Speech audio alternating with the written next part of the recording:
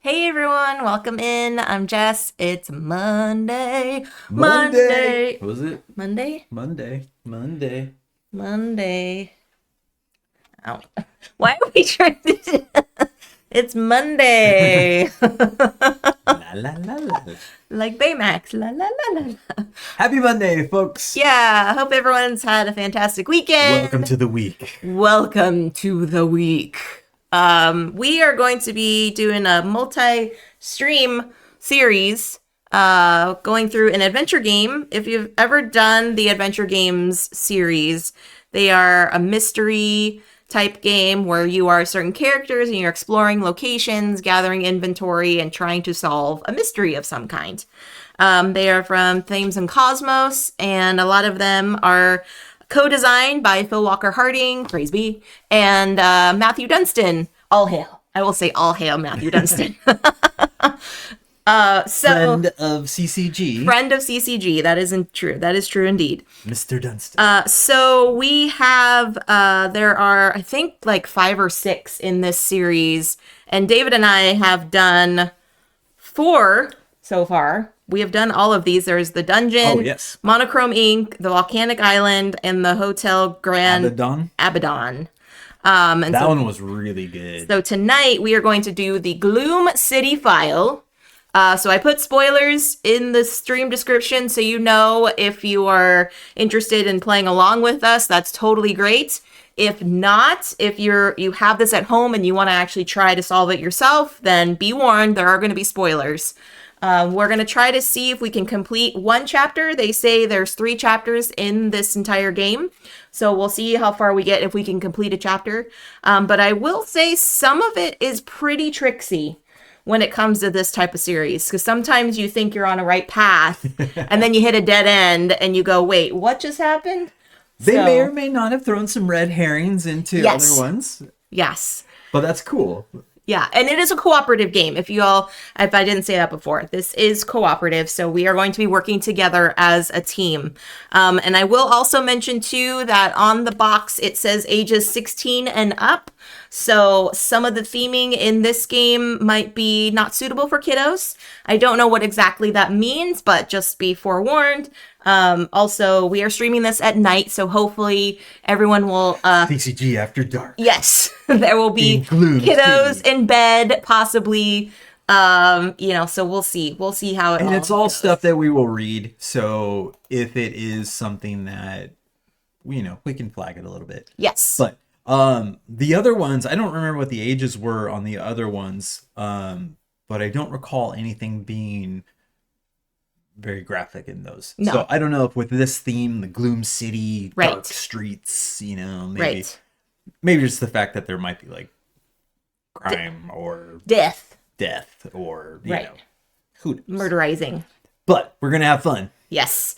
So we are going to be playing this cooperatively. And like I said, friends, you all can help solve the mystery. But let's get down to the table and kind of show you how this game plays out. So in this game, what you're going to be doing is you're going to be exploring different location cards here, and then you're going to be gathering information from these decks. So we have these larger cards here, which show various locations that we are going to be exploring, and more cards that will come out, and it's going to kind of create this like nice little grid of information as we go through. Similar to like the Cartaventura series where I played solo before, where you can lay out, it has like an orientation of the areas that you were exploring. I know for when we played the hotel one, there was like, you go into another room in the hotel. It's like, now you're in the ballroom. And so it's like the ballroom is next to the main lobby. It didn't even have like another second floor. It did, yeah. And there was ways to connect, and Right. It was intricate into how you could go. Like you had to move along these paths, and you did go outside. Won't spoil anything, but there is an outside to it as well, and you go along those, and that was really cool to explore and see it unfold in front of you. Yeah, so we're gonna see how far we're gonna try to do what we can on this table. It also mentioned too, like some of the card stacks, they wanted you to lay them out. So in the actual setup, I will show you in the setup here, it actually shows the stacks, like multiple stacks next to each other. But it does mention if you don't have table space, just put them in one face down stack. So these all have letters on them, and then these have just strictly numbers. So there's usually letters and numbers, and then this is just strictly numbers. So we each also are going to start with our characters. So David, why don't you show your character? We don't know what information they are, but pretty swanky here. Yeah, I am Detective Simon Bishop, and I have a sweet vest with a pocket watch. Yep. A little wide-brimmed hat, and I'm a smoker. Yeah. So that's a fact about me. That's a fact about you. Yes. And I am going to be playing Officer April Pisano. She looks like she's getting ready for business school. She's got her purse and her monochrome outfit and probably some comfy heels. I don't think those are like high heels. Those are probably just some comfy heels. So you're definitely Amy Santiago from Brooklyn Nine-Nine? Yes, Amy Santiago. There we go. Detective, it's like so close. April Pisano. Amy Santiago. Well, there we go. One of my favorite shows, Brooklyn Nine-Nine. So, and then also in the bottom right on the screen, friends, we have the Cosmos Helper app. It's going to read some of the story for us. If we don't want to read out from the storybook itself, if we just want to kind of like set the tone, then we can punch it into the Helper app. And who knows, it might sound really cool. So we might just leave it to the app to read it for us. So better than us. Oh, Kel is here. Kel says 99. What up, Kel? 99. They know what's up. They know what's up. So that's what we're going to be doing. So we are going to get started here. It says press in 100 to get the invitation. So are you ready, David? Oh, invite me in. Let's do this. Okay. Let's go. Hopefully, oops, I got to make sure I turn up the volume on my phone too, because that's also a thing. That would be helpful for everybody to hear it at home. All right, so we've got our invitation for the story. Let's go. This word, composed of large letters cut out of old magazines, is emblazoned on each of your envelopes. You each cast another glance at the letter that was delivered to you this morning. No postmark, no stamp, and besides, it's Sunday. The sender must have personally delivered them to your homes. As suspended police officers of the Gloom City Police Department, GCPD for short, dealing with this sort of nonsense is practically a daily affair. Even though you all come from different districts, you share similar experiences and have little positive to report about the population of this city. Since your suspensions, it has helped to keep a little professional distance so that police affairs don't interfere with your private lives. But now, this boundary has been deliberately violated by the writer of the letter. Old memories return, hitting you like a punch in the gut, as you realize that all of you are bound together by one common thread. All of you have lost someone important to you. Until now, it has been unclear who is responsible for your grim losses. The homicide department was powerless, as the perpetrator knew how to cover their tracks, leaving no clues behind. That is until today. Okay. So we got some backs. We are suspended. We are suspended police officers. That's apparently a great start. Hey, Jake got suspended multiple times. Like a whole Brooklyn Nine-Nine. Nine-Nine. Side quest. I mean, Cal's probably in for it. But okay, so we've all lost somebody. Okay, so invitation was cut out of large letters from old magazines, and it's emblazoned on envelopes that we each have. So letters are... So all the letters... Oh, I'm thinking like magazine cutouts. Yeah. The creepy... You have one day. You have one day. Yeah, side quest. Okay, so we all got that, but this has been our boundary has been violated because even though we're suspended. All right, so it says. So there's more to read. There is more to read. Let's continue. All right. For old time's sake, I would like to invite you to a festive game night at 10 to 9 tonight. Be at the abandoned sanatorium on the outskirts of Gloom City. Food, drink, and entertainment will be taken care of. All you need to bring is your good mood. Things might get scary. At the end of the last sentence, someone has drawn a bright red smiley face. It reminds you of an invitation to a child's birthday party. Your first thought was that someone all of you know might be playing a game with you, using the ransom letter layout as an amusing gimmick. But there is something else included in the envelope. A photograph. It's a snapshot of the loved ones who were once taken from you. It seems to have been taken just after their deaths, and it definitely wasn't one of the photos taken by the police at the location where the bodies were ultimately found. The faces of the corpses are distorted in pain. Even in black and white, you can make out the dark pool of blood beneath them. No police is written above the photo in the same magazine snippets as the rest of the invitation. That is so... Oh, that's creepy. Yeah, this took a dark turn. Come to the sanatorium where all of your dreams will come true. Yeah, right. For a game night, and then they took pictures of our loved ones after having been murdered. Murderized. Oof. Okay. Kel says, AJ has compared me to Jake a few times, but I can't remember why. Test your sanity. Yes, exactly. Hello, James. Welcome in. What's up, James? All right, let's continue. So there you all stand at the appointed hour, identical letters in hand, by the entrance to St. Mary's Mental Asylum here in Gloom City.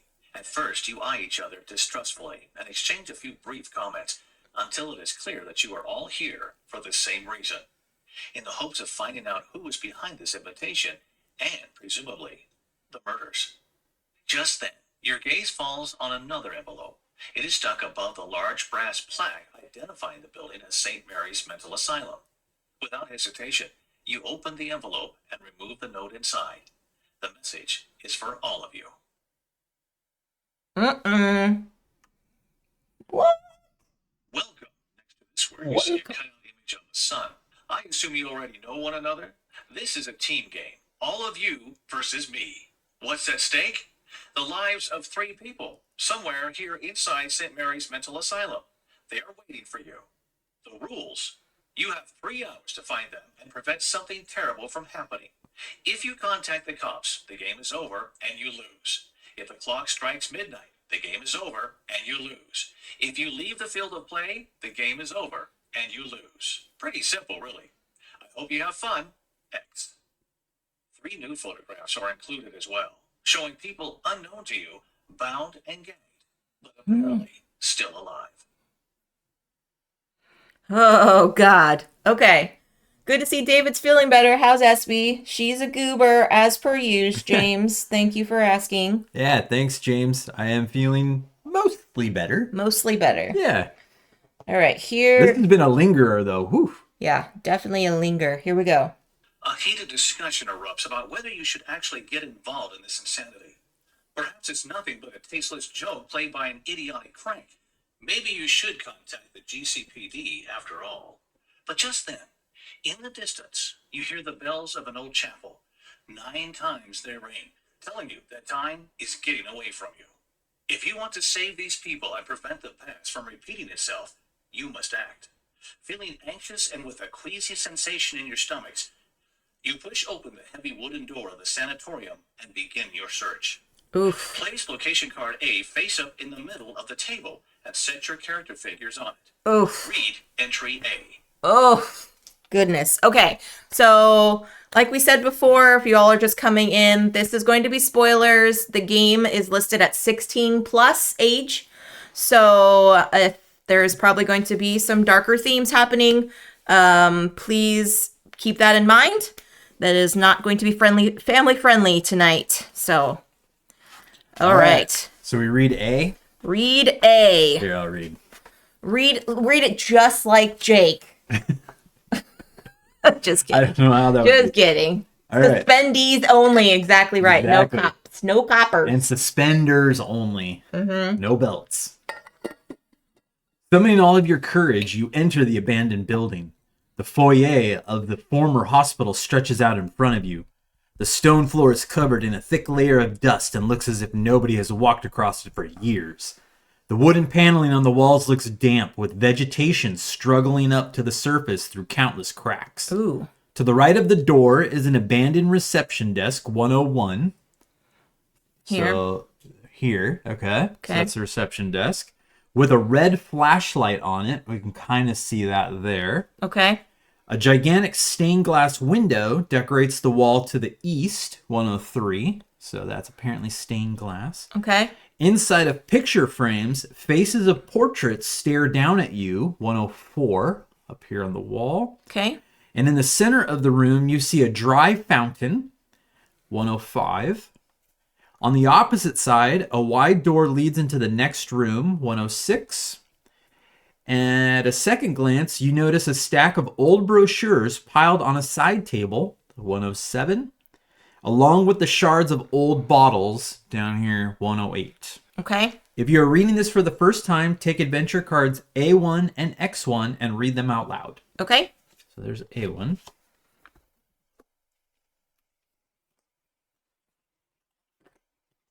All right. Chapter 1. You have 3 hours to find the hostages and ideally the perpetrator as well. Search the asylum and make sure that everyone gets out of this sick game safe and sound. And then we have a briefcase, which is a clue. Deposit all adventure cards marked clue here in your briefcase. Makes sense. Good thing we brought it. Just be sure that you can read their numbers and the names. Of course, you can review the clues whenever you like. Important, you cannot combine clues or the briefcase with other adventure cards or locations. Okay.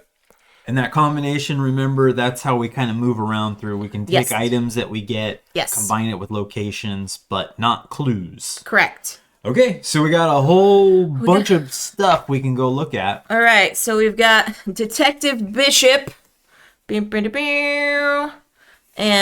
Officer April Pisano. Officer Pisano. Oh man, I'm gonna say Amy Santiago. You look like the captain's younger brother. Like his kind of skeezy. His skeezy younger brother, because the captain was always Captain Holt. Yeah, he was like the straight lace. He was sophisticated. Yeah. Sophisticated. All right. All right. Where would you like to go, hun? I mean, it kind of purposefully calls out the fact that there's a flashlight on the desk. Okay. So getting a flashlight in Gloom City seems like maybe a good thing. Okay. So I'm going to go over here to 102. 101 was where the... That's the receptionist desk. Wasn't it with the flashlight? Is that what they said? 102 was the flashlight. Oh, got it. So you're going with the flashlight. I'm going to the flashlight to 102. The flashlight. Let's see what it says. Compared to the rest of the items in the foyer, the flashlight seems almost out of place. True, the handle is worn, and the protective plastic cover is clouded over on the inside. But the torch is a lot more modern than anything else you see in this room. Decisively, you unscrew the head of the housing and are disappointed to find that the batteries are missing. Still, you decide to take it with you. Take adventure card 02. All right. You got a flashlight with no batteries. That seems less helpful. Flashlight. You press the button a couple of times and shake the flashlight dead. Important, without batteries, you cannot combine this card with locations or objects. You will find batteries during the course of the game. Shoo! Place them on the space below as your supply. As long as you have batteries for the flashlight, you can combine this card with locations. Okay. So it's got a little spot down at the bottom for batteries to go. For the batteries. Oh yeah, and I can... In the token bag. In the token bag. All right, so you're over here. I'm gonna go to this creepy fountain. Yeah. Creepy dry fountain. Let's see. And in the game, friends, you actually have little like standees, but for the sake of it lying flat on the table, we're just placing them there. All right, 105. In the middle of the foyer, there stands an imposing fountain. When this sanatorium was established, the founders apparently wanted to ensure that anyone who entered was immediately clear how generous his patrons were. The fountain, of course, no longer has any water, but somebody still took the opportunity to toss some change into the basin. Take adventure card 03. Ooh, I get some like pennies? Let's see. Let's see, what does it say? I have change. That's it. I just got change. Well, if we get snacky later, maybe there'll be a vending machine. Maybe there will be a vending machine. Or maybe there will be a battery machine. Battery vendor. All right. I'll stick with where I'm at, and I'm gonna go to the reception desk. Okay. And we'll see what's up. 101. 101. The reception counter at the entrance stands abandoned. The elaborate carvings on the front side are still intact years later, albeit soiled with filth and debris. You move your hands thoughtfully along the wooden ornamentation, which is based on religious motifs. Okay. So. Just some flavor. Oh, should we be writing stuff down? Yes. Go ahead. What is that paper with the scribblies on it? I don't know. Okay. Yeah, you can read that. You can use it. I will let you use the paper. Oh, yeah. Okay. I mean, a good cop's gotta have his notebook. Yes, true. Flashlight, no batteries. Wooden ornamentation, religious motifs. Oh, that probably makes sense with it's St. Mary's. Oh, true. Okay. Okay. I'm going to whatever this broken thing down here is. Oh, the bottles? Broken things on the floor. Everything eerie and forbidden has an unbelievable attraction to young people. When you were a teenager, you spent nights at places like this as a test of your courage, or just to get together with your friends and mess around. Kids must have been having fun here too, maybe thinking they had found a nice secret spot for drinking. Shards from bottles of beer and other kinds of alcohol lie strewn across the floor, and you have to be careful not to cut yourself as you pick them up. Take Adventure Card 05. Okay. What do I get? Beer shards? Glass shards. Like a design in there? Yeah, looks like it. Okay. Interesting. Got some change and some glass shards. Seems like a dangerous thing to pick up, but you do you. Hey, I have a purse. We'll check out pictures. Okay. What number is that? 104. Okay. And one of them is surrounded in red, which is intriguing. Interesting. Curious, you step closer. The oil paintings on the wall show refined gentlemen in profile, staring into the emptiness with self-important gazes. The weathering does not become them. Some show water stains, and one of the portraits has started bulging forward in places. Beneath each picture is a small plaque engraved with a date and name. Dr. Frederick Berquist, director, 1921 to 1949, is written on the last one. It shows an arrogant-looking man with wiry white facial hair and deep wrinkles. Hold on. They look a little too real. What? Why did they look too real? What was the years? Hold on. That was 104. Frederick Berquist, 1921 to 1949.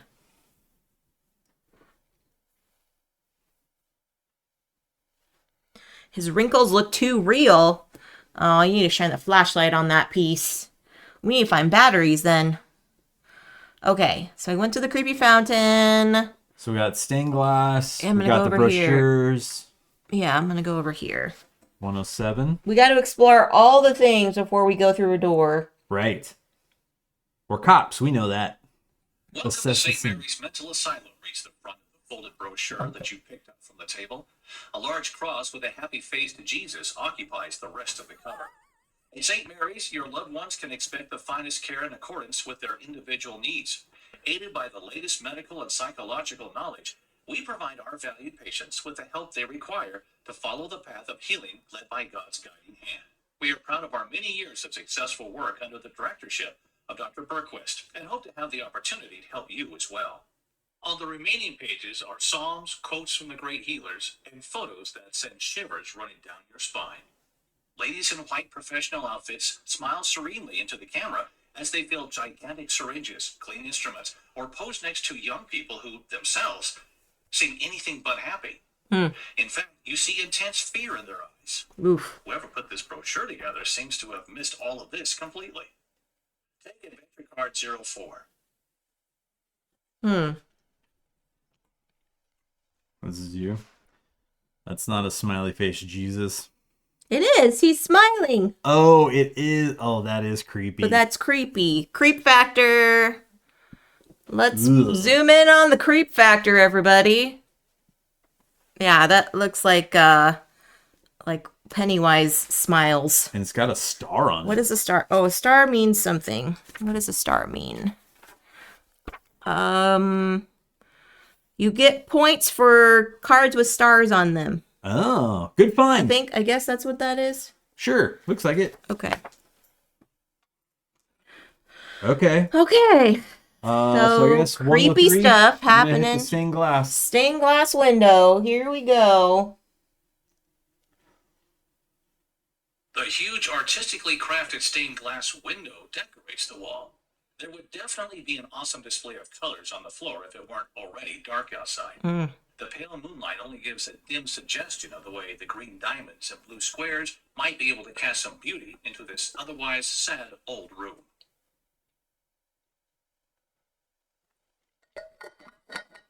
Green diamonds. Careful of one table shaking when you're writing. Okay. Blue squares.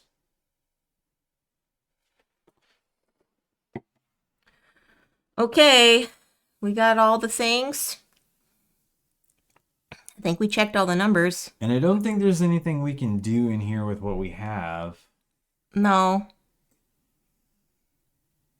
So, time to move on. Time to move on. We'll probably go back. Out of respect for the privacy of our patients, we request that you refrain from entering this area unless accompanied by an employee of the sanatorium. Reads a sign attached to the door. Behind the door would presumably be the rooms kept hidden from the curious eyes of the public. Do you want to venture further forward? If so, read entry 109. Yes. Let's do it.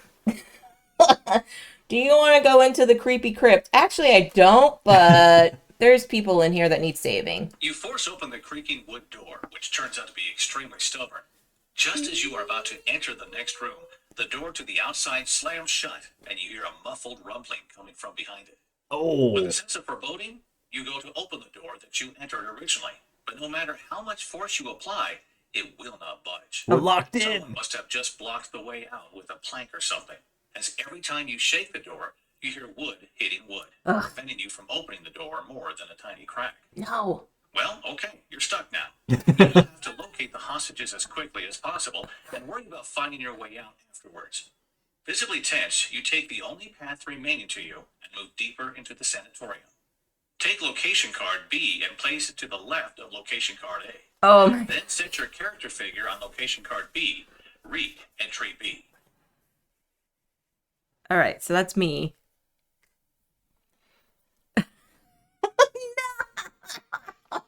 We are locked in. Well, that was just me. I went through there. Okay, here we go.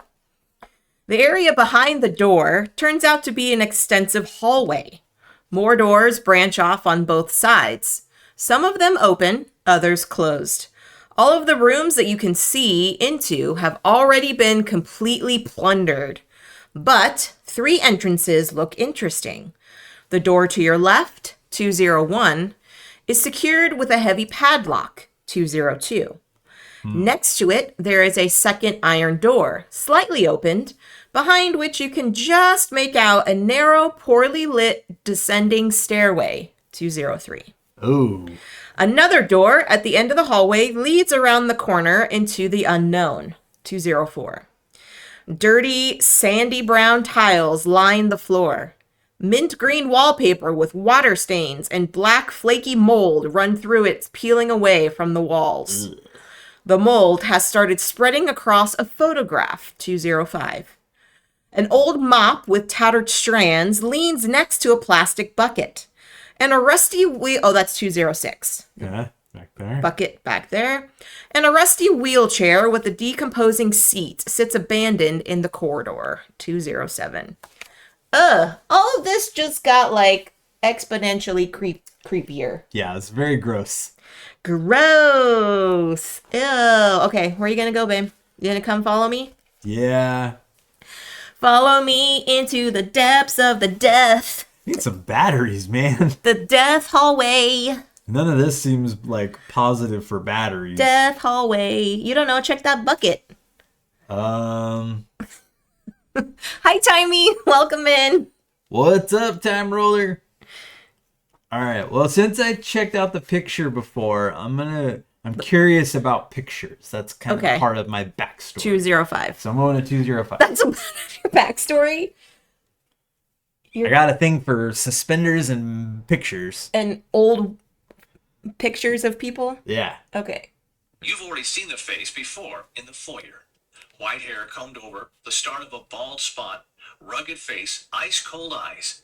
A man presented himself proudly to the photographer with a diploma in his hand. Ooh. In the background, you see the asylum in its glory days. Unfortunately, the writing is eaten away by mildew, except for the title, Advanced Medical Training in the Freeman and Watts Method, it says. Advanced medical training in the Freeman and Watts method. Let's see. How do we spell that? There we go. Freeman and Watts. Okay. And like we said, friends, if you have any thoughts or like suspicions, this is a co-op game, so we are welcome to invitation. Everything's suspicious. Everything's suspicious. Except no spoilers. If you've already played this, please don't spoil it for the rest of us. All right. Okay, I am going. What was they saying? What were they saying on here? Nothing that we have so far seems like we could get through a padlock, but. Well, I've got glass shards. I've got pocket change. I'm gonna pick this lock with a quarter. Okay, let's see. So we got a closed door, the padlock, open door going downstairs. Nope. Mop bucket. I'm gonna go over to the wheelchair. Because you like creepy. Because I like creepy appliances. Things. Creepy appliance. I'm big into creepy appliances. You shove the wheelchair a little to the side. The rusty metal squeaks as the wheels start moving for the first time in years. But behind its stubbornness, you hear another sound. It almost sounds like the beating of a small bird's wings. As you inspect the wheels, you discover a clothespin fastened to the spokes, holding something that doesn't belong there. Oh no. Take adventure cards 07 and 08. Oh no. Did I find like a bird? Or like a finger. Oh no. Oh no. I found a playing card. Okay. The Three of Hearts. Three of Hearts. Musical note. But musical hearts are here. All right. Interesting. Test your music theory, babe. What letter? What key? What note is that? Oh man. Okay. C D E G. I think it is a G. Okay. We have a playing card, and we have a clothespin. You can't pick a lock with the clothespin, can you? Man. Well, maybe we can take it apart. Can we take it apart? And MacGyver a little twisty thing? Okay. Maybe. I with that little like device there. Yeah. I mean, maybe you got suspended for picking locks without warrants. I don't know, man. You don't know. All right, where are you going? I'll check out the mop bucket, I guess. Okay. Maybe I'll get a weapon. What number? 206. Ribbit, you hear, as you approach the bucket with the mop. It sure sounds like a frog, although it's too dark to see clearly. Oh no! Oh, it's too dark. We need a flashlight. Dang it! We need a flashlight for the so-called ribbit in the thing. Do we need to find a frog? Maybe. Maybe we need to find a frog. Okay, I'm going to combine, just hear me out. I'm going to try to combine the clothespin with the padlock. Do you want to look at the padlock first? Okay. Yeah, so I'll move over there first. Okay, I'll go over here then. Because maybe it's like halfway picked. Well, who knows? Maybe it says this padlock just needs a quarter inserted. Their like, padlock is actually a vending machine. Definitely locked. The silver lock simply can't be budged. It looks like what you need here is a silver key. Silver key. Kind of feels like they're telling us something, but if you want to try it, go for it. I do. Okay. 08. 08202. No entry. Okay. That is not a thing. Okay. It was worth a shot. Okay. Do you want to check the door, see if there's like maybe some inscriptions on it or something? Sure. I like pictures and doors. More ornate things. 201. The door is plain, except for this silver padlock. You'd love to know what is behind this door that is so important that a standard door lock wasn't secure enough for it. Seriously, I would like to know. For serious. Okay. So we have creepy hallway. Creepy hallway. Creepy down into the abyss. Downstairs. No. I'm gonna go. What did it say about the hallway? Poorly lit hallway. Sure. And a corner into the unknown. I'm gonna go into the unknown.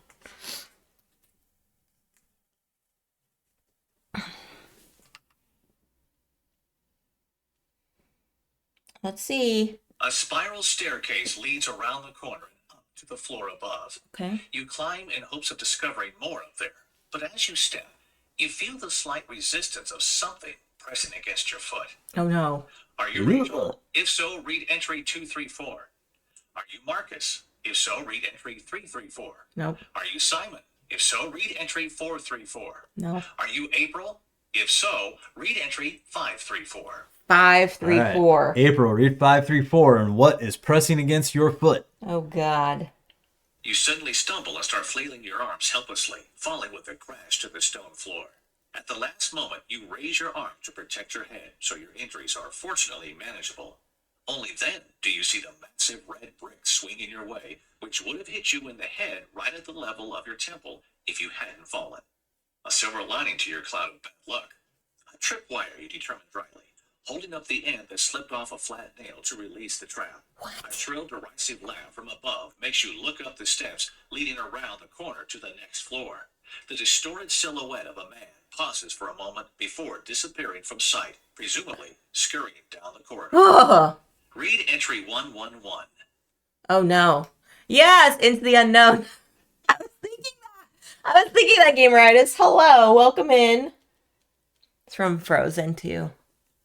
Oh, I was like, I don't know this one. Into the unknown. Into the unknown. Okay, that's all I'm gonna say. 111. 111. The shock throws you off balance, and you are overcome with dizziness. Ooh. After a few moments of disorientation, you start seeing things. Flashing blue light, yellow caution tape, half a dozen police cars parked around an ordinary-looking apartment building. Oh no, not this scene. As soon as you found out what happened, you got right into your car and drove as if the devil were behind you. And still, 3 of your colleagues have to hold you back from breaking down the front door to confirm with your own eyes that your most horrible nightmare has come true. Let go of me, damn it! I have to get in. But in vain, their instructions are clear. I'm sorry, really, but the chief says, to hell with the chief. I have to see for myself if it really... No, yells Frank, cutting you off as he holds you back adamantly. You stop fighting and sink to your knees in resignation. Are you really sure then? Maybe?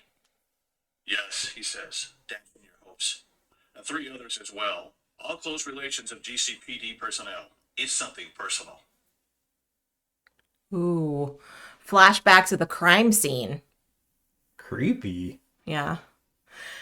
Gamer Artist, I guess this game has no relation to Gloom, the game. No, it does not. I keep thinking each auto clip will end with "This is CNN." I know, this guy is very news reportery sounding. That's very true. Okay, so I'm having flashbacks, and apparently I flashback to the crime that happened where all of our loved ones were found, or people we knew, not necessarily loved ones, but people we knew were found. And I almost got hit in the temple by Pennywise. I'm going to call him Pennywise because it just helps. I think they said X. They signed that thing. Oh, right. With X. So not to be confused with the social media platform. No. Also equally gross. Yeah. Okay.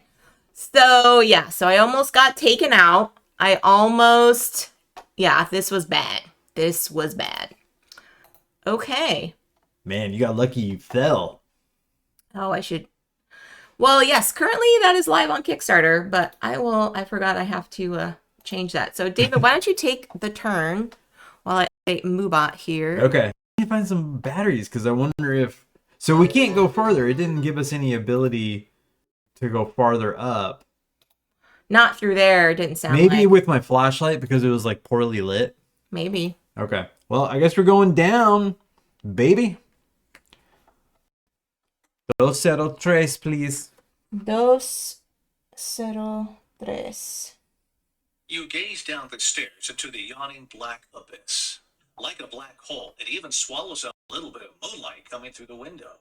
The much too steep steps do not inspire confidence and will leave no room for error. Hesitantly, you set your foot on the first stone step and look down into the darkness.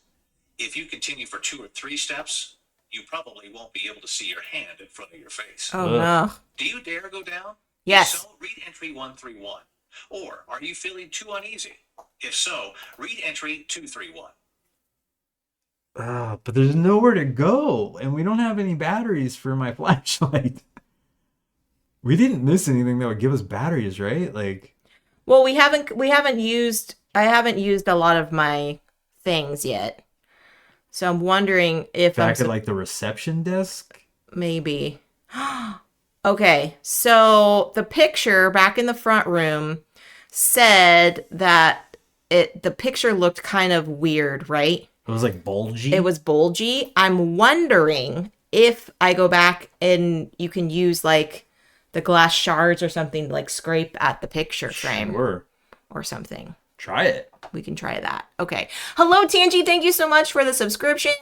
13 Tangy months. Love you. What's Thank up, you so Tangy? much. And hello, Deadpan. Hey, Deadpan. We are playing, currently, the Gloom City File from the Adventure Game series. It is ages 16 and up, so there will be some not family-friendly things up ahead. Right now, we are in an insane asylum. We are police officers in an insane asylum trying to solve 3 people that are currently hostages by some creepy dude named X. Yep. So there's that what we are. Deadpan and Giggles, welcome in. Thank you so much. If you feel slight pain in your stomach, please hang up and dial 911. I know, exactly, right? I am feeling slight pain. Yeah. Okay. Do you want to go try your Well, shard? it said, do you want to keep going? Oh, I got to make a decision. Do you want to go? Simon looks like a guy who keeps going. Okay, so we're going to read 131 then. Let's do this. If you get injured and die, I'm going to be so mad. With both hands against the wall, you descend the stairs into the depths below. As you already suspected, you can no longer perceive anything around you other than profound darkness and an unpleasantly musty odor that intensifies with every step. The temperature also steadily drops and puts a chill into your bones. Intuition tells you you must already have descended a story, but so far there's no end in sight. Suddenly, you miss an all too narrow step and lose your balance. Waving your arms and with more luck than skill, you slide down several steps and finally regain control without injuring yourself. Phew, things turned out okay this time. It presumably won't continue that way. It might be better to postpone this investigation until later, when you might be able to see where you are stepping. Sure. You return to room B. Sure. Good job. You step on a banana peel in the dark. Yeah, exactly right. Welcome in, friends. If you have any thoughts... This is a sanatorium / banana factory. Mm-hmm. Saint Chiquita. Saint Chiquita. Okay, so I'm going to go back over here. Yeah, we got to figure something out because we got nowhere to go. And I'm going to combine the glass shards with the picture frame, or should I use the change? No, I like your idea, the glass shards. That's glass shards with the picture. So I'm going to do 05. 104. See what happens. With such an unappealing portrait, it really isn't hard for you to decide to reach for the shard. Read entry 345. Ooh. Oh. Nice idea, love. See what happens. You painstakingly probe the surface of the oil painting with your fingertips. As you do so, your fingers come across an unevenness beneath a swelling in the canvas. Might there be more to this painting than just the portrait of an old man? You cautiously narrow down the location. Take a tool in your hand and start to make a precise cut. From underneath the canvas, something comes to light that gives you pause. The more of the painting you peel away, the clearer the picture becomes. Just like a puzzle as you gradually add pieces to it. It's the original picture that someone painted of Dr. Berquist. The pose, the expression, and even the clothes are the same, but some joker seems to have had fun decorating the portrait with devil's horns, long teeth, and bushy eyebrows. In smeared writing, someone also added the name Dr. Satan and impaled his eye with a thick needle, which is still stuck there. Ooh. Return the adventure card that you used to cut the picture to the box. Take adventure card 4-6. So we're done with the glass shards. We're done with the glass shards. Ooh, I have a needle now? A thick needle. Ooh, can I lockpick with this? Maybe. That seems... plausible? Yeah. How come you get so much stuff? We can exchange stuff. That's part of the thing. Co-op. You can exchange stuff. Okay. I believe, right? Yeah, at any time you can exchange adventure cards who are on the same location. Yeah, you can do that. Do you think there's any... Keep writing this. I have a thick needle. Yes, I'm backing away from you. Do you think what? Do you think there's anything in that reception desk? Like, would your thick needle potentially yield something that might be battery-like? Maybe. I feel like we okay, so come back to where I'm at, and then I'll have you use the needle. Okay. So 46101, please. Okay.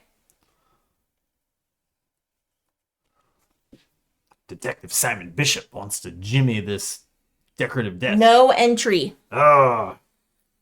Where else might there be batteries? Did we see anything else? Man. So we got the brochures in there. Yeah, there's nothing. You think there's something in the fountain, maybe? The wheelchair? Do you wanna lockpick the wheelchair? Well, why don't you try your idea? Why don't you try the needle on the lock? Okay. I'm gonna go over here. Take your crazy needle back. Give me back my tool, please. 202. Okay. No entry. Okay. Okay. What about the clothespin? I'm gonna try the clothespin. Okay. 08202. No entry.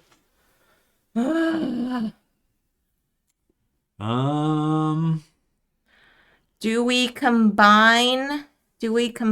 combine things together? The clothespin and the needle together to make kind of a key? Because don't you need two things to lockpick stuff? I always see in those mystery movies. That's what Andy Santiago would do. They do that, right? So what if I combine that? 0846. Make some kind of crazy contraption. 46. Now you should be able to attach the needle to something. But where? Yes. Return adventure cards 08 and 46 to the box. Yes. Take adventure card 81. Yes. Okay, love. Did I make a key? Or a tattoo device. Tattoos. We're getting tattoos, everybody. We're gonna tattoo suspenders on. Oh, that's not. Wait. Oh, yes, I did. Well, That looks very stabby. It also gives us a potential clue. An improvised gramophone needle. Uh-oh. Did we play this wrong? No, I don't think so. I think we, at some point, are going to need a gramophone. Okay. Or we're going to find a gramophone. I'm going to use this on the lock, though. No entry. Okay, never mind. Okay, so we have a music note. On the playing card. We have all these coins. What are we missing?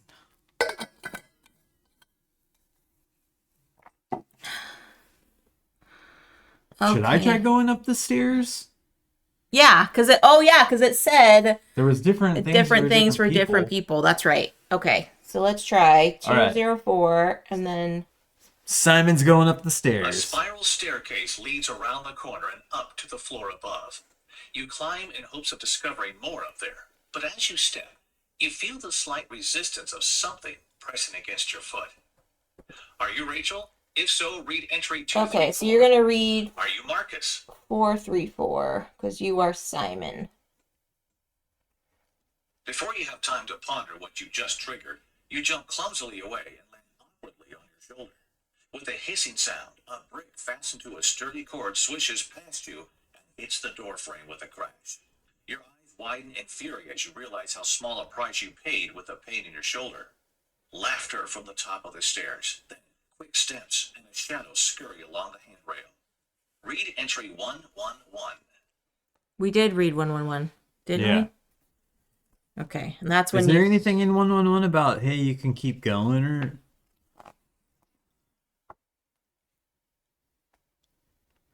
Oh, yeah, what's all that? Oh, shoot, did I not do the whole thing? Oh, no. Maybe there was a continue on here. Oh, okay. Throws you off. My bad. You were overcome with sorry. After a few moments of disorientation, you start seeing things.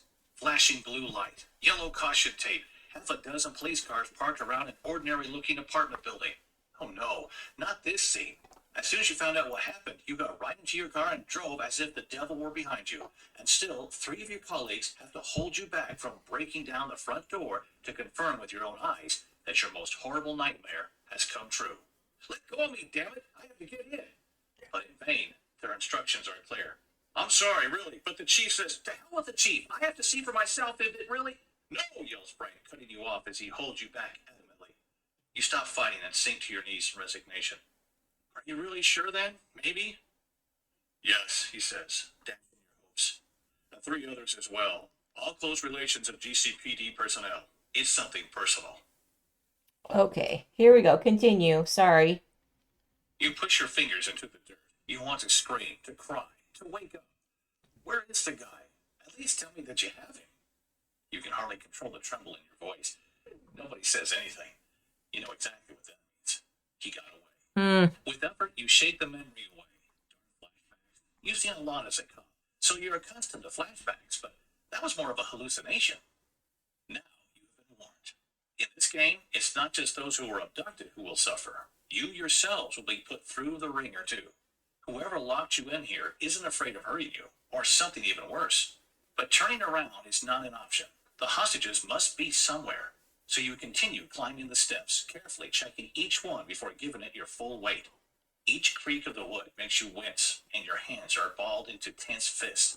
Reaching the top step, you look along the hallway and see a recreation room.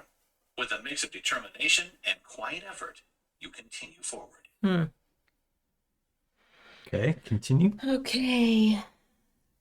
Take adventure cards X2A and X2B and read them out loud. Then continue reading here. Take 1 injury. Then take location card D and place it above location card B. Next, place your character figure on location card D. Read entry D. Okay, so I should also take an injury too, because that... Well, just you. Because you already hurt your shoulder. No, because I wouldn't have had to do that. That's true. Fine. So you get an injury. Injuries. Each character now gets an injury card, S1 through S8. Cards. Depending on how many players. Okay, so 2 characters, S5 through S8. Okay.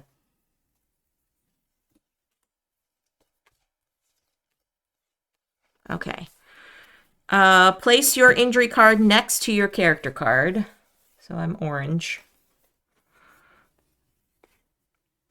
Then return any unused injury cards to the box. Okay. To the box. To the box. Okay. When a character incurs injuries during the course of play, place injury tokens in the large injury field on their player card. So that's this in the player card. Is it one of these stabbies? Yeah. When the player reaches the number of injuries or surpasses the first threshold for a character, immediately read that entry in the upper small box to the right of the injury field. So when I incur 4 injuries, I have to read that. And when you incur 4 injuries, you read that. Okay. Okay. Then cover this box with an injury token from the injury field. When the character receives enough total injuries to surpass the second threshold, read the entry in the lower, smaller box to the right and cover it as described. There is no injury limit. An excess injury does not expire, and you can only heal injury tokens from your large injury field. Ooh, great. Okay. Great. I got stabby stabbed. Okay, so now it says read entry. Oh, for D? D. Great. Rec room. Recreationals. Okay, let's go here. The light-flooded common room lies before you. A few dusty board games. Hey! Which seem to have been interrupted mid-game. You think operations in here? Aw. Yeah, probably. Are set up on little groups on tables. Set up on little groups of tables. Playing pieces roll softly back and forth in the light breeze. 401. There's a light breeze happening. The windows, some of them are broken. Grant entry to vermin and weather. 402. Sick. There is a painter's easel standing in one corner. 403. An old gramophone positioned right under one of the windows has definitely not been played in years. 404. There is a piano that must have been used in many sing-alongs. 405. Near a stool, you see a pile of cigarette butts. 406. The large, formerly white-painted double doors lead further into the building complex. 407. And a hatch in the ceiling seems to indicate that there is a way leading up. 408. Ooh, we don't have any way to go up. Creepers, creepers. All right, so I'll let you take your turn because that was like sub my turn. I'm glad we figured it out. Yeah. It's just that reminder that we have to watch out for those continues. Yeah. Okay, cool. Well, I mean, I might as well go. Oh, I'm a smoker. I'm gonna go look at the cigarette butts. Butts. What number is that? 406. That's what Simon would do. The walnut-covered piano obviously enjoyed a lot of use. Even now, there are stools arranged in a semicircle around it.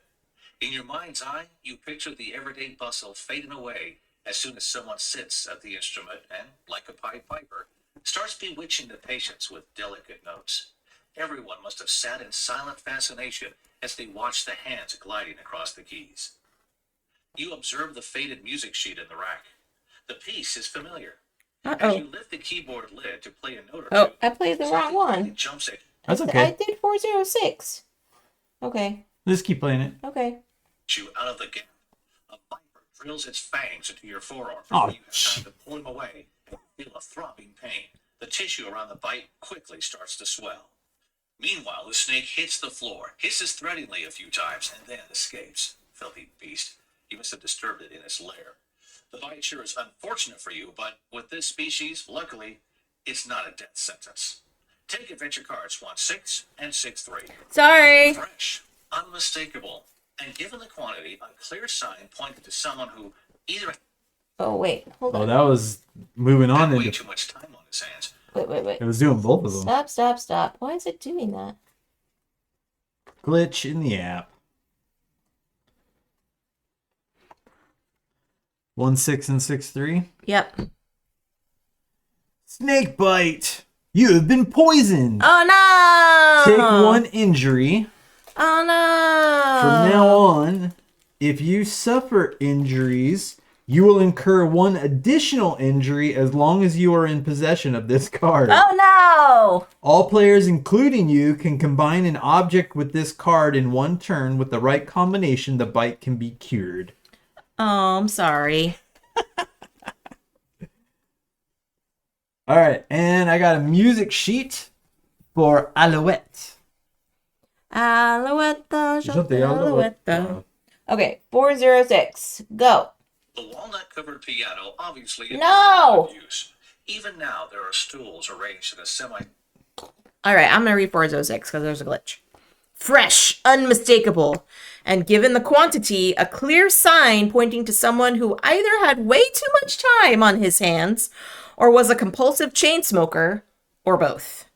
The Chameleon brand seems somewhat exotic. At least you've never seen it for sale anywhere. Most were tossed carelessly onto the wooden floor.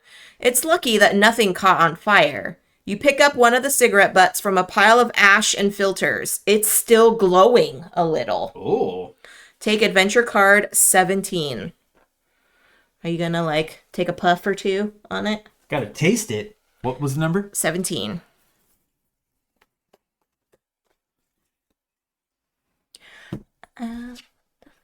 Hey, we got a clue. Cigarette butt. But. Put it in your briefcase. Cigarette butts go into the briefcase. Okay.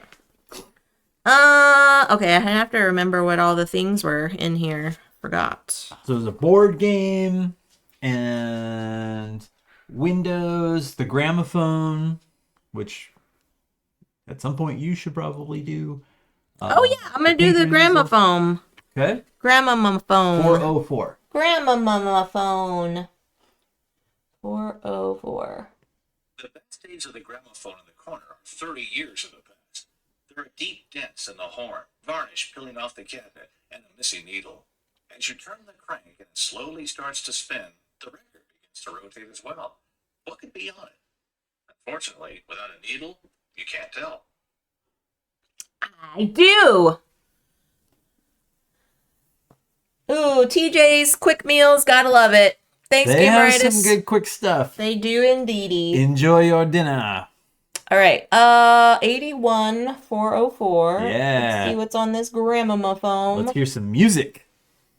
Using the clothespin to attach the needle to the arm of the gramophone, you lower the homemade device onto the record and wind up the mechanism. With a slightly static sound, the needle travels through the grooves of the record until, after a few seconds, you hear a droning voice come out of the horn. Uh-oh. Go ye therefore and teach all nations, baptizing them in the name of the Father and the Son and the Holy Ghost. At this point, the record skips and makes a brief buzz before repeating the same phrase a second and third time. In the name of the Father and the Son and the Holy Ghost. In the name of the Father and the Son and the Holy Ghost. A Bible passage. Father, Son, and Holy Ghost. Did the perpetrator maybe come from a religious household? Or what else might he be getting at here? You lift the arm back off the record and take the disc. Return adventure card 8-1 to the box. Take adventure card 7-5. Ooh. Oh no, are we getting into religious cult territory? It's a clue. Goes into our briefcase. Briefcase got some clues. Ooh. Say. Father, Son, Holy Ghost, the Right. Trinity. Right. There's 3 people that were kidnapped. Oh no. Are they all related? I don't know. Is there a father, a son, And somebody is a ghost? and somebody named Casper? Patrick Swayze. A father, a son, and Patrick Swayze. I don't know. I don't know. We may never know. All right, so 3 hours to find these people. Okay. Okay. All right. Good job, me. I'll go check out I'll go check out the board games. There's no board games. It's the 401. Oh, the pieces. Yes. At a place like this, parlor games were one of the few welcome activities on offer to the patients, whether it was chutes and ladders or parcheesi. Most of the board seem as though the players stopped mid-game, and they could be back any moment with a cup of tea to pick up where they left off. But the chessboard near the window is different. The chess pieces are arranged in a peculiar formation of pawns, bishops, knights, and rooks, and the king stands by himself outside of this array, all alone on square H2. Are you being mocked here? You suppress the urge to sweep all the pieces off the board. The arrangement might be a clue. You therefore make a note to yourself and sit yourself down, unnerved, on a chair by the board. Hold on. There's something pressing against the material of your trousers.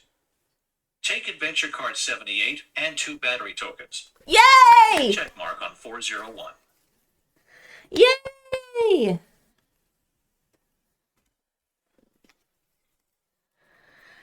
And 2 batteries. Yay! Good job, love. Excellent. Who knew board games would give you batteries? Do you think I should use my music sheet at the piano? At the gramophone? Oh, yes, at the piano. That's a good idea. That's a good idea. Chessboard. So, H2, it says the king is at H2. All by his onesie? All by his onesie. And there's no other king. What is significant about that play? Do you know chess? I don't know chess well enough. So, there's numbers. Right? 4. 3, 2. Oh. I don't know if that means we can read that. I don't know. Should we punch in 432? Okay. Maybe it's 78 432? Oh, okay. 78 432. Yeah, if No entry. maybe just 432? 432. You can kind of see. Just chess pieces in a rather unlikely arrangement. So does the king mean something? Just chess pieces in an unlikely arrangement. We'll have to puzzle about that one a little harder. Okay. Why is the king over here? There's 432. That's... Yeah. Okay, I'm going to the window. 402. Okay. Some wannabe rebels must have smashed the windows after the asylum was closed. Or maybe some children considered the expansive garden to be a good place for a game of baseball, and one of the little squirts actually managed to hit a home run right through the window pane. You let your gaze wander out into the park and catch a glimpse of a shadowy figure disappearing quickly around the corner. Oh, shadowy figure. Why is he outside? Why are you outside, Shadow Man? Shadow Man, Shadow Man. All right, I'm going to try... Oh, we didn't put a check mark on 401. Oh, that's right. I'm going to try my music sheet. Here, I'll do that. If you want to punch in 63405. 63405. So the check marks mean that we can't go back to that location. It's done. So we can't just keep getting more batteries. I think so.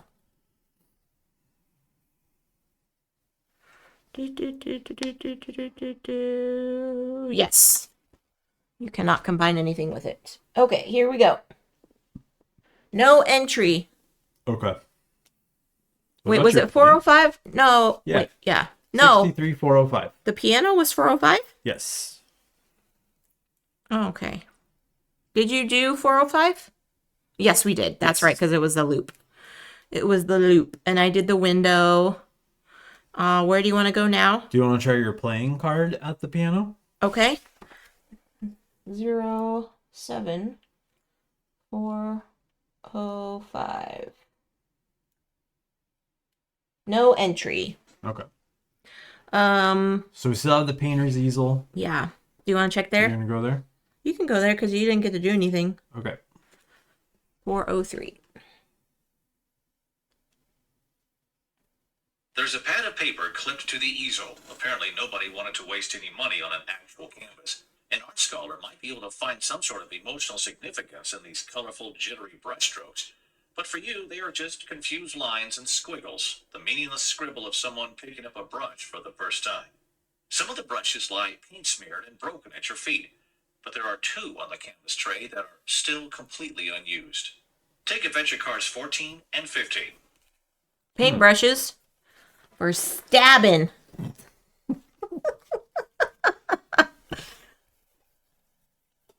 A fine brush and a bristle brush. Okay. Where might we want to use those? Don't know. For Dustin for prints. Yeah. Dustin for printy prints. Okay, so all we have upstairs and down the creepy hallway. So there's, checking out whatever this hatch is that we really probably can't reach. Yeah. And then going through the door. Double doors leading further into the building or a hatch. I mean, I guess we could look at the hatch, but we're kind of... Yeah. Okay, let's check out the hatch before we move on. The entry to the attic is several feet above your head. A metallic loop is sticking out a little, but you can't do much without a hook. Okay. We don't have a hook. Need a hook 408. 408. Need a hook.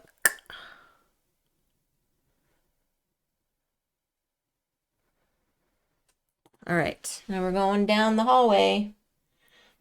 Further into our death. Pale moonlight illuminates the hallway. There are several doors to the left and right. Behind each of them is a room with beds, cabinets, and the sad personal belongings that the residents left behind. 103, Maria, Evelyn, Kate, says a hand-drawn sign that was presumably intended to represent the 3 patients who lived there. Ben Ronald Timothy is written on the next door. Judging by the quality of the drawing, the grown men living there must have had limited motor skills. The details are only partially worked out. You would hardly call it a portrait. You find more rooms along the corridor, always groups of 3 names with a picture. Do you have adventure card 11? If so, read entry 446. Nope. We don't. Okay, what is that? Okay, so 407 wants 11. Yeah. So here, do you want to write down the 3 names, the groups of names? Sure. 103 is Maria, Evelyn, and Kate. The next door has no number. It says Ben, Ronald, and Timothy.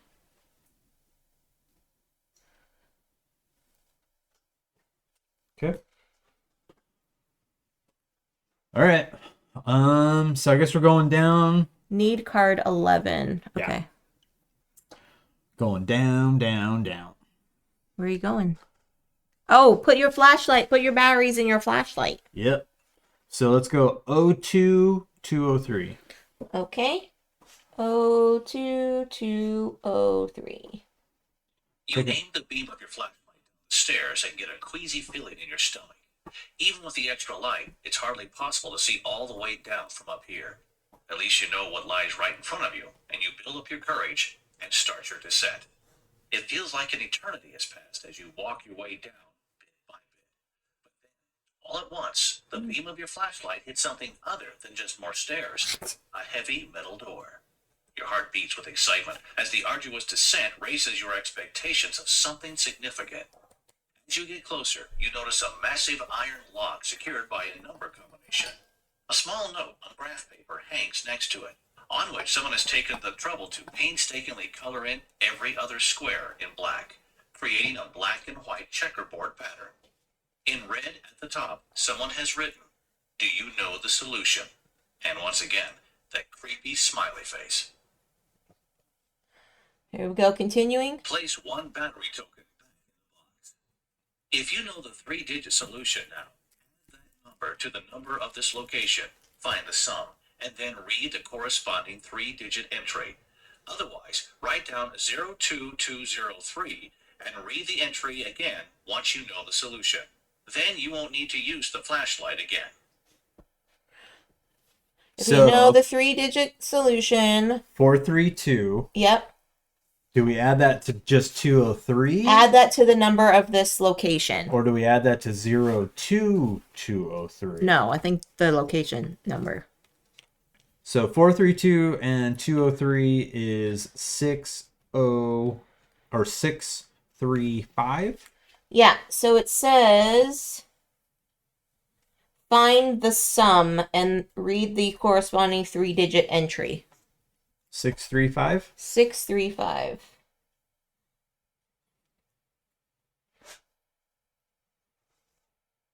You enter the code that you were able to see and hear the latch spring back. All the years have made it a bit sluggish, so you have to struggle to push the solid metal, but you finally succeed. Return adventure card 7-8 to the box. Take location card E and place it under location card B. Then set your character figure on location card E. Read entry E.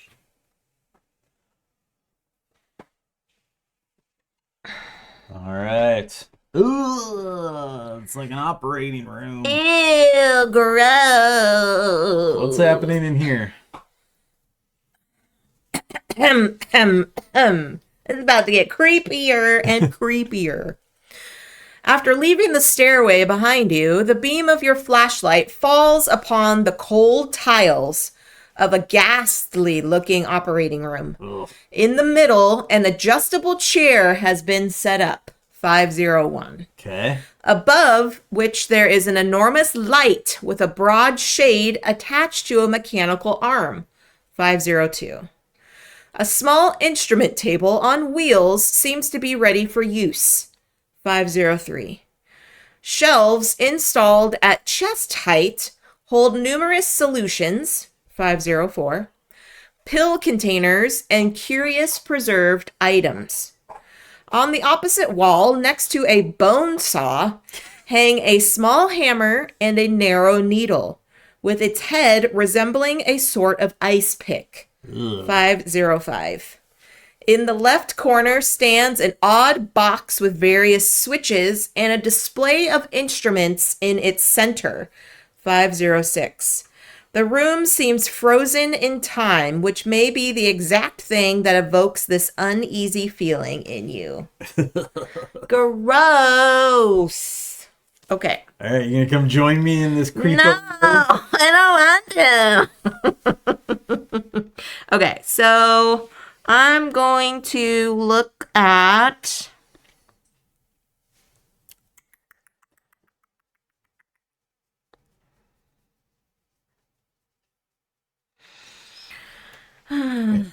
All of it sucks. All of this sucks.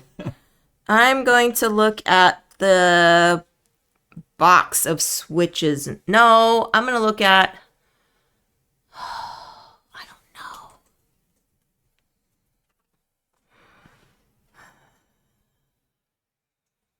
What's on... I'm going to look at the instruments on the table. So I'm going to go to 503. Okay. See if I can get another tool for you. Weapons? Another weapon, please. Light green surgical drapes are stretched over the side table, with operating instruments arranged on top. The narrow metal drawer is sticky as you try to open it. Your fingers simply slip off too easily, and you can't get them far enough into the narrow crack to pry it open. What about your change? 50, yeah. So I'm going to use my 03503. No entry. Okay. Maybe that thing on the wall? I don't know. All right. Well, I'm going to come look over here on 504 and see if there's some snake bite. Anti-venom. Anti-venomous. 504. I'm hurting Lined here. up in neat little rows on the shelf are about a dozen vials, quart beakers, and other containers. Some are marked by hand, others with printed labels. Other than one bottle, identified as H2O2 in black marker, all are empty. Take adventure card 19. Got some peroxide? That seems like a good thing for Snake bite. Snake bite. Isn't peroxide like a Cleaning? It's a disinfectant. What's it say? What's it say? Hydrogen peroxide. On the label, you read for disinfection and cleaning wounds. Warning, just don't try it at home. Do you want to use it on your snake bite? I wonder if we need it in like a... Oh, like a cloth? Like a cloth or something. That's true. That's true. We haven't found anything like that, have we? No. Okay. I'm gonna... Oh, I never went back and used my flashlight on the mop. Do you want to go do that? Not yet. Let's see what else is in here. Okay. I'm going to look at the bone saw. Bone saw. And the ice pick. The hammer and pick still look new. Compared to the rest of the inventory, the practicing surgeon seems to have placed great value on these two lobotomy instruments. Even if they were his favorite items, however, they cannot be used any longer today. They have been screwed tightly to the wall. What? Screwed tightly to Well, that stinks. Can you There's unscrew? A creepy dude coming after us. I would like to have some defenses, please. All right, I'm going to use my change as like a screwdriver. No entry. What is this change for? There better be like a vending machine with like handguns in it or something. Just find a screwdriver. That's a good idea, Giggles. Very good idea. All right. I'll go look at the creepy table 501. The chair, you mean? Yeah, the chair. The operating chair? It's got blood on it. Blah. An operating chair full of screws and levers for adjusting the height and angle of the metallic support surface. There are 4 leather straps for hands and feet and 2 wider ones for the head and torso dangling down. As you study the straps, you realize that they were not exactly seldom used. The edges are frayed, the surfaces obviously worn, and there is still blood on their inner surfaces and on the seat. Old, dried blood, and you pause. One of the spots is clearly lighter than the others, and not yet quite congealed. Ooh, somebody recently? Do you wanna brush it? Yeah, I'll use my fine brush. 14501. Oop. Okay. No entry. Bristle brush? Other brush. 15501? 15501. No entry. Oh, what if I use my brush and the hydrogen peroxide? Okay. 1419. No entry. Oh, maybe I just need this. How about 1619? Okay. Apologies for our dog. She is a loud eater. You can hear that right now. Actually, you should really dilute the stuff, but it doesn't help. So you pour the H2O2 directly over the wound. It was already painful before. Now it feels like the flesh in your arm is about to implode. Throbbing, squeezing, burning. The hydrogen peroxide cleans out the bite and makes the sweat break out on your forehead. Gritting your teeth, you wait for it to pass, and soon all you feel is a slight throb beneath the skin. Return adventure cards 1-6 and 1-9 to your box. Then take 1 injury. Oh! Does one last hit on its way out. It's still a bite, though. You gotta get it. You just disinfected it. You didn't heal it. You didn't put, like, ointment on it or anything. Well, it re-injured. It injured again. But at least I don't get double injured any time. Okay. That's cleaned out. And we don't know what to do with this fresh blood on the chair. Alright, what would you like to do, sweetie? So we can't unscrew that thing. I'll look at the arm, or the light. The light with, oops. You really do need a screwdriver. Sorry, everyone. There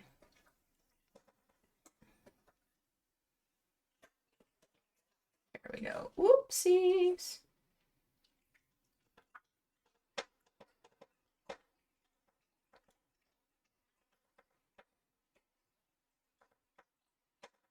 Okay, 502.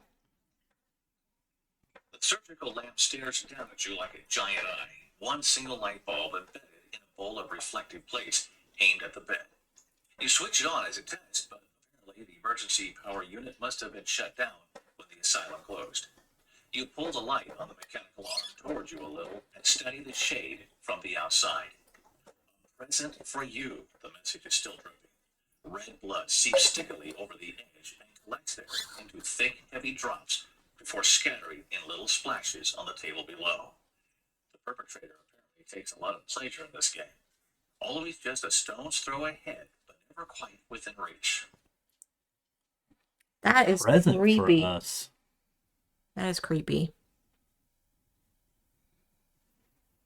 What's the present?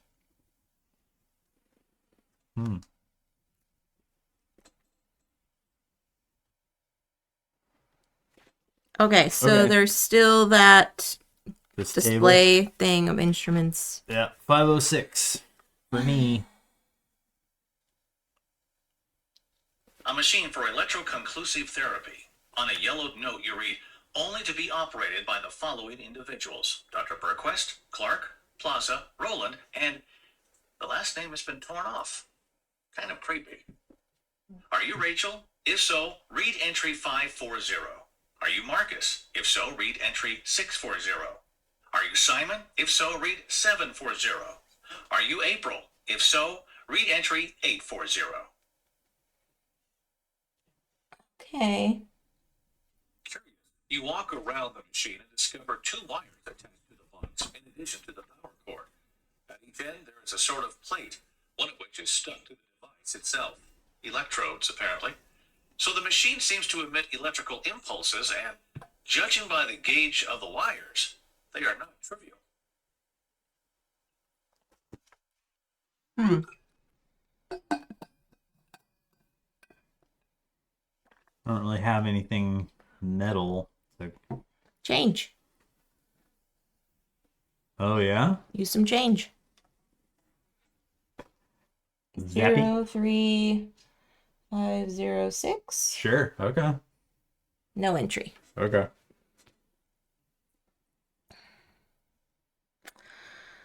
Okay, so where do we go now? Oh, do you want to look in the frog bucket? Look in the frog bucket? Oh, yeah, maybe there's something in there we can use to... So that was 206, so 02206? Yeah. 02206. Completely unconcerned and relaxed, a fat green frog is actually squatting on the bottom of the bucket, looking up into the light of your flashlight. Ribbit. He puffs himself up and makes an impressive leap over the rim of the bucket to look for a quieter place to rest for the night. Only then do you notice that he was squatting on top of something. Place one battery token back in the box. Take adventure cards 06 and 13.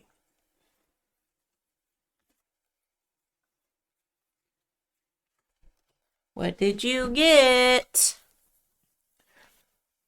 Hey, we got a silver key.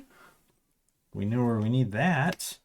And we got another playing card, the 6 of Diamonds, which has quite a few musical notes on it. And it looks like maybe it's been lit on fire or something? Yeah. What's burned? Yeah. Looks like it's burned. What about the cigarette butt on the card? Oh, we can't combine those with anything. Oh, that's right. That's right. Okay, do you want to... Where's the silver key? Needs to be used on the padlock. Here you go. Silver key, come to me. Da-da-da, da-da-da-da, do-do-do-do. What number is the silver key? 13202. Old and silver colored. Two descriptions that apply to both lock and key. It just has to fit. And indeed, after a few stubborn attempts, you are able to open the lock. Return adventure card 1-3 to the box. Take location card C and place it to the left of location card B. Then set your character figure on location card C. Read entry C. That's such a cool looking key, though. It's a bummer that we had to put it back. Read entry C. You want to read C? Sure. The door opens with effort, and as you enter the room, it becomes obvious that this must have been the office of the managing director. All of the rolling cabinets except one have already been broken open and emptied out, 301. The filing cabinets are coated with a thick layer of dust but have nothing inside them. The massive dark brown mahogany desk, 302, seems to have presided in the center of the room, largely undisturbed over the years. Next to an astonishingly new-looking letter opener, 303. Oh, that sounds helpful. You find 2 batteries on the writing surface, 304. Yay! On the carpet, somebody has carelessly strewn a heap of documents, 305. Just down here. And even thrown a few books, 306, from the bookcase, 307, into the mix. On the floor in the front of the desk, you see the head of a statue hardly bigger than a fist, 308. There's a lot of stuff in here. All right, I'm going to need to grab my phone charger because my phone battery is about to die. But go ahead and take your turn. All right, I can just read from the book for now. Okay, so, I'm going to come grab the batteries because my flashlight is dead. That's 304.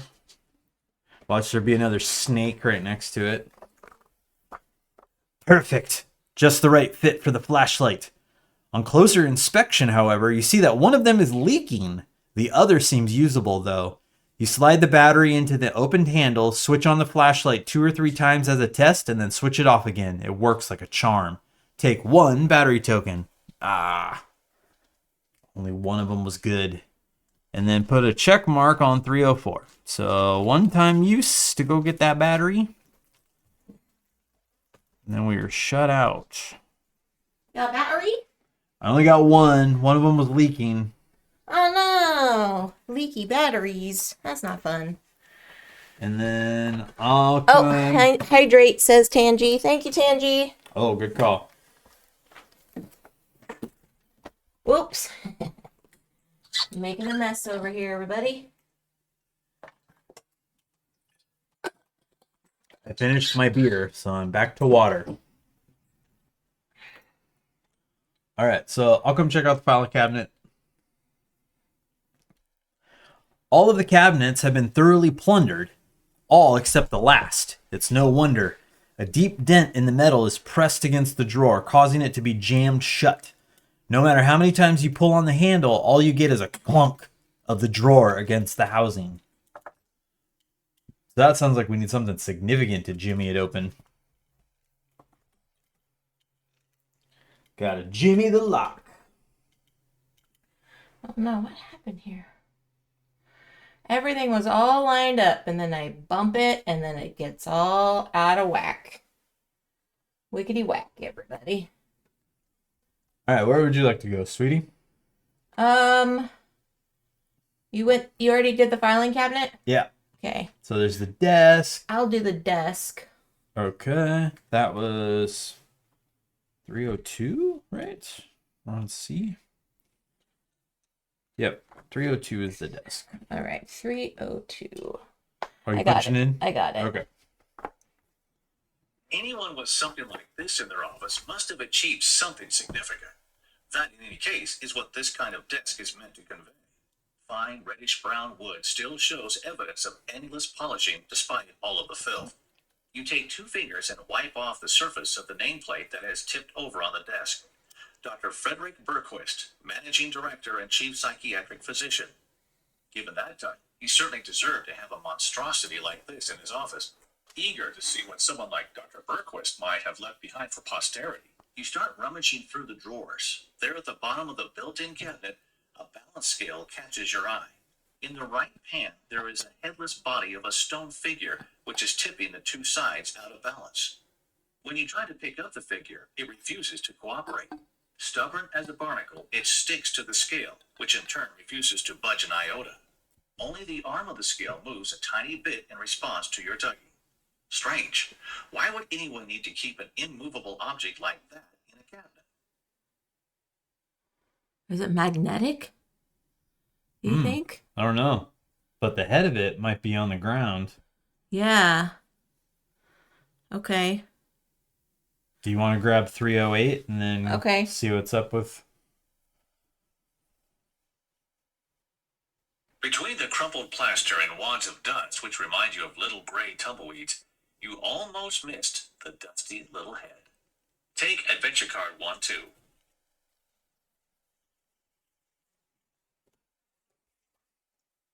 Oh, creepy. Oh, come on. Ew, sick. All right. Do you want to combine that with your scales? Yeah, where am I at? 302? Yeah, 12302.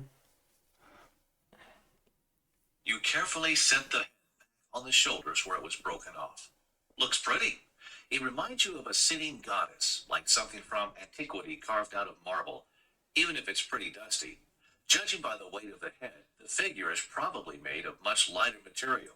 The feel of it, too, suggests carefully painted and sealed wood. Return Adventure Card 1-2 to the box and place a check mark on 302. Take Adventure Card 7-2 and place it to the left of Location Card C. Okay, so that's gone. Then we get 7-2. 7-2. Crazy. What happened? A statue on the scale. The scale is not balanced. The dusty, dirt-encrusted statue is probably a little too heavy. The scale is fixed to the desk and you cannot remove it. On the other hand, you can combine objects with it. Okay. I wonder, do we need to balance it and something will is it like one of those desks where... A secret drawer open? Yeah. Click. Will we hear a clicking sound? Right? So you need something with a little bit of weight? Yeah. All right, well, I'll come check out this stuff on the ground. 305. Okay. Papers. The papers. The papers.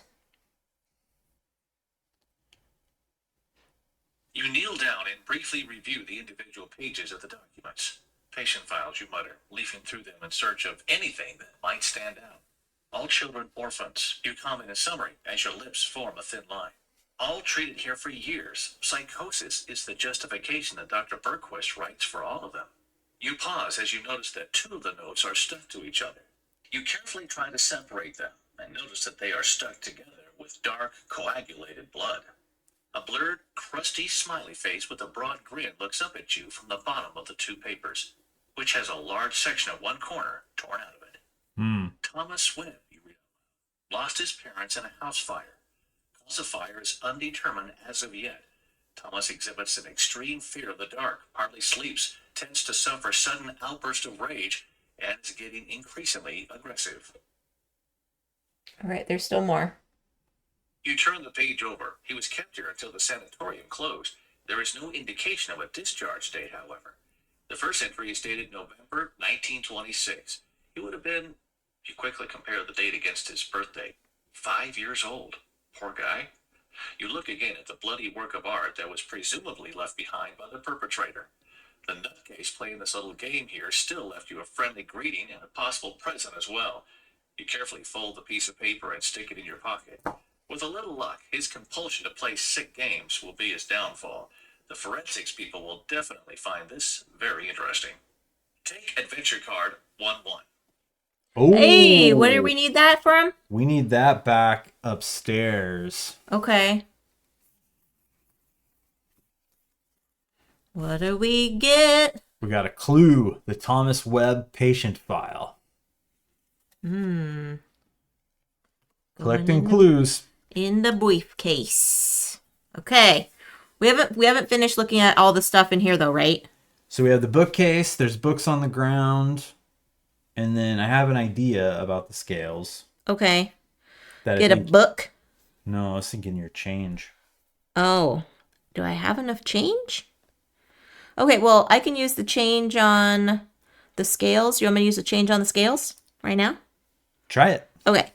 So 0372. 0372. It was just a thought. Too heavy. It won't bring the scale into balance. Too much money. Oh. So it needs to be pretty light. How about a brush? Good. I don't know. Or playing card. Let's do, what do you want to do? The brush or the playing card first? You choose. Let's do a brush. Let's do the bristle brush. 1572. You get to work on the scale at Dr. Berquist's desk. The statue is still staring at you with its new old head, as if it wanted to request that you finally solve its riddle. You carefully remove the dust with the brush, along with a few mysterious crumbs, and you see the arm of the scale slowly start to move. The pan with the statue on it gradually rises upward, briefly gains the upper hand, then swings down again, and brings the entire thing into balance. Wow, that looks great. With both sides remaining in balance, you hear a mechanical clicking and see movement on one of the shelves. Yes. Books are pushed to the side along one of the boards, and another compartment appears out of the wall. You are expecting some valuable goods inside, but are disappointed to find nothing but a playing card with a notepad and a pencil. Of course, when the sanatorium was closed, Berquist would not have left anything of importance to him. Return adventure cards 15, 27, and 72 to the box. Take adventure cards 73 and 74. 1527? I don't think we have that one. Yeah, we don't have 27. Is it still in there? Nope. We never got it. Okay. It was just some dust. That's all we needed to brush off. All right. Okay, so we grab what? 73 and 74. Okay. I knew it was a secret compartment, but it wasn't in the desk. It was in the bookshelf. So we got another playing card, the 2 of spades. Is that a time signature? Oh yeah, 4-4 and a note. It's a sharp, so it's a sharp on G A B C D sharp, C sharp, and C we sharp. got another. Oh no, that's not a clue. That's just a thing. That's just a thing. Was that C sharp? All right. E G B D D. Is it on the line or is it on the space? I don't know. I guess there is no D sharp, right? Like that. No. Oh no, there. C sharp. Yeah, there's a D sharp, right? E flat, D sharp. But the spaces spell out face, so that's not on the space. Anyway, it doesn't matter. Probably doesn't matter. But So, just for our nerdy brains, yeah, it says that. Okay, so we got a playing card. We got a notepad and pencil.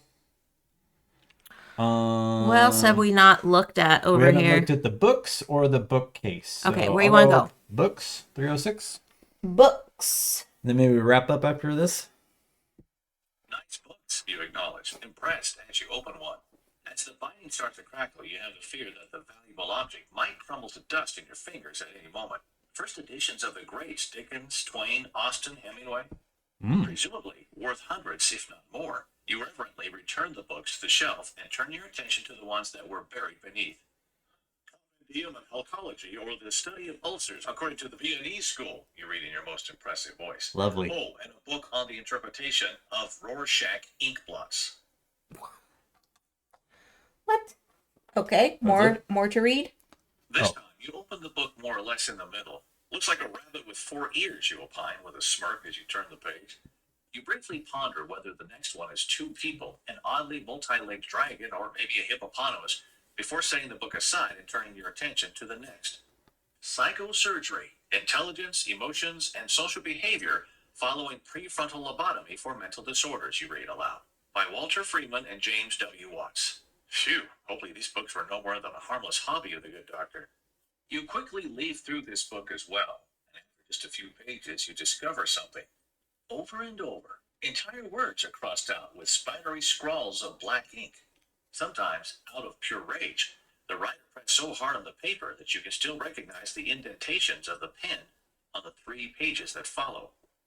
Given the context, you are finally able to see that it is the same words that are deleted over and over. He is in my head. Ugh. Oof. I guess we don't need that pen and paper. Creepy. That is creepy. Okay.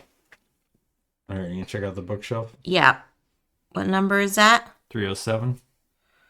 307. But now it's open, right?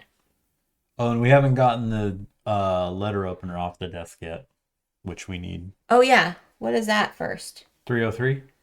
303.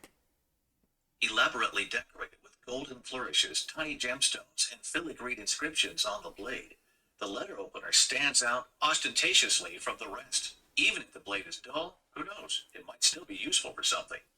Take Adventure Card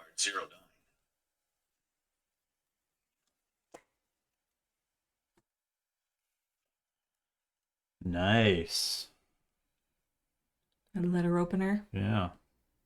Could do some good stuff. All right, so I'll go check out the bookshelf then. Okay. 307.